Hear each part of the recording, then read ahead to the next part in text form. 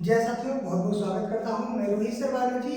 आज हम आपको कक्षा 12 वाले अंडाणु की संरचना अपने चार्ट पेपर पर बनाए होंगे और चार्ट पेपर पर बनाए होंगे। इसके साथ साथ वो परेशान होंगे कि जब एग्जामिनर के सामने हम जाएंगे तो वो एग्जामिनर हमें अंडाणु की संरचना से संबंधित क्या क्या प्रश्न कर सकता है।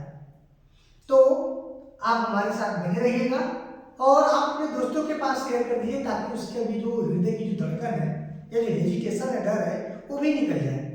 साफ साफ शब्दों में बताना चाहता हूं कि वही क्वेश्चन जो आपसे एग्जामिनर साहब पूछना चाहेंगे, जो पूछेंगे, देखिएगा ये अपने हाथ से द्वारा बनाए गए हैं, इसे थोड़ा सा ध्यान से देखिएगा। बहुत मेहनत करके बनाए हैं इसको। और आप जैसे पूछेंगे, ये वाइवा के लिए है जो कक्षा 12 बायोलॉजी में अक्सर एग्जामिनर साहब आकर के प्रश्न करते हैं। तो हम आप टेंशन मत, क्या पूछेंगे। जैसे पहले कुछ पूछते हैं अंडाणु क्या है, सबसे पहला प्रश्न वही मिल जाएगा, भाई बताओ अंडाणु क्या है। तो क्या कहेंगे, अंडाणु स्त्री जनन कोशिका होती है जो अंडाशय में बनती है। अंडाणु कहाँ बनती है, तो अंडाशय में बनती है क्या, एक जनन कोशिका है। मानव अंडाणु का आकार कितना होता है, मान उसका आकार कितना होता है, तो क्या करेंगे 100 माइक्रोमीटर होता है। क्या होता है, 100 माइक्रोमीटर होता है। या हम ऐसे भी कह दें कि जो अंडाणु होता है यह जो होता है मानव शरीर की जो होती है सबसे छोटी कोशिका होती है। क्या होती है, सबसे छोटी कोशिका होती है। इसे भी पूछ लेंगे आपसे कि मानव शरीर की सबसे छोटी कोशिका क्या होती है, तो आप बिना डर के बताइएगा क्या, अंडाणु। अंडाणु में गुणसूत्रों की संख्या कितनी होती है भैया, 23 होती है। और जब 23 होती है इसे एन द्वारा प्रदर्शित करते हैं, या इसे हम लोग कहते हैं हेप्लॉइड कहते हैं। क्या कहते हैं भैया, हेप्लॉइड कहते हैं, या इसी को हम लोग कहते हैं अद्वित। क्या कहेंगे भैया, अद्वित कहेंगे। अब 23 तो अंडाणु का है और 23 जब शुक्राणु का होगा तो एक 46 गुणसूत्र वाला बच्चा बन जाएगा। अंडाणु के मुख्य भाग कौन कौन से हैं, कोरोना रेडिएटा, जोना पेलियोसिटा और बीच में साइटोप्लाज्म और एक केंद्रक होता है। अच्छा, कोरोना रेडिएटा क्या होता है, अंडाणु के चारों ओर पाए जाने वाली ये फाल्किन कोशिकाओं की परत होती है। अंडाणु के चारों तरफ जो लेयर पाया जाता है बस भैया उसी को कोरोना रेडिएटा कहते हैं। अब ये क्या करता है, ये सुरक्षा भी करता है और उसे पोषण भी प्रदान करता है। फिर पूछा कि जोना पेलियोसिटा क्या होता है, ये अंडाणु के चारों ओर होता है जो ग्लाइकोप्रोटीन का काम होता है।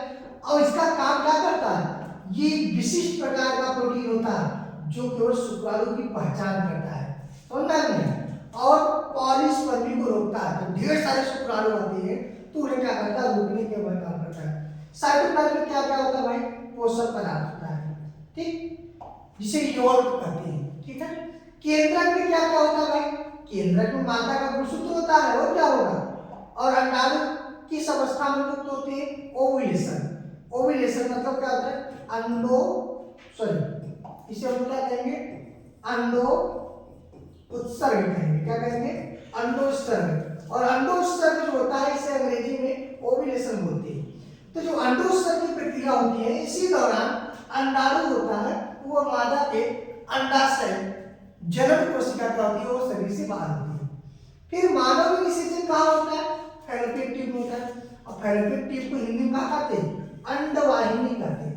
कहा कहते हैं, अंडवाहिनी कहते हैं। और अंडवाहिनी की संख्या 2 होती है। क्या होती है, 2 होती है। गर्भाशय के दोनों तरफ ये अंडवाहिनी फैलोपियन ट्यूब जो होता है ये पाया जाता है, ठीक है। फिर क्या कर रहा है, निषेचन के बाद क्या बनता है भाई, ल्यूकोनेज बनता है। बहुत अच्छी बात है, इतना समझ में आ गया। अब हम आपको बता रहे हैं कि वाइवा में आप बोलने के लिए तैयार हो जाओ। जैसे वाइवा में आपसे पूछते हैं बताओ आप अंडाणु की संरचना तो बना लो, अब 2 लाइन्स के बारे में बताओ, तो सिंपल सी बातें हैं।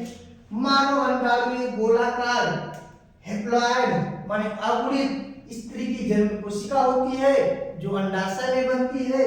इसकी संरचना में कोरोना रेडिएटा, जोना पेलियोसिटा, साइटोप्लाज्म और केंद्रक पाए जाते हैं।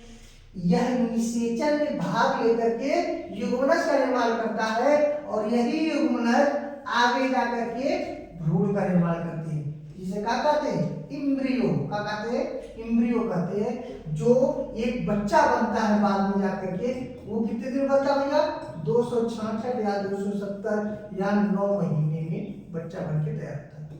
ठीक है, इस प्रकार से जितने लोग अपने चार्ट पेपर में अंडाणु की संरचना बनाए हैं, आप उन्हें एग्जामिनर के सामने ये सारी चीजें आपसे अगर क्वेश्चन करते हैं तो अच्छी बात है, आप बता सकते हैं। यदि वो कहते हैं कि जो आप बना रहे हो उसे अपने मन से 2 लाइन में समझाओ, तब यह बात उनके सामने ये आप बोल सकते हैं। ठीक है, तो आपको समझ में आया होगा और आपको क्या बोलना है इसके बारे में पता भी चल गया होगा। ठीक है, धन्यवाद। आप ज़्यादा से ज़्यादा वीडियो को शेयर कर दीजिए, ठीक है, और लोगों के पास, ताकि और लोग भी समझ जाए, उनका जो डर है, हेजिटेशन है, वो निकल जाए। ठीक है, धन्यवाद।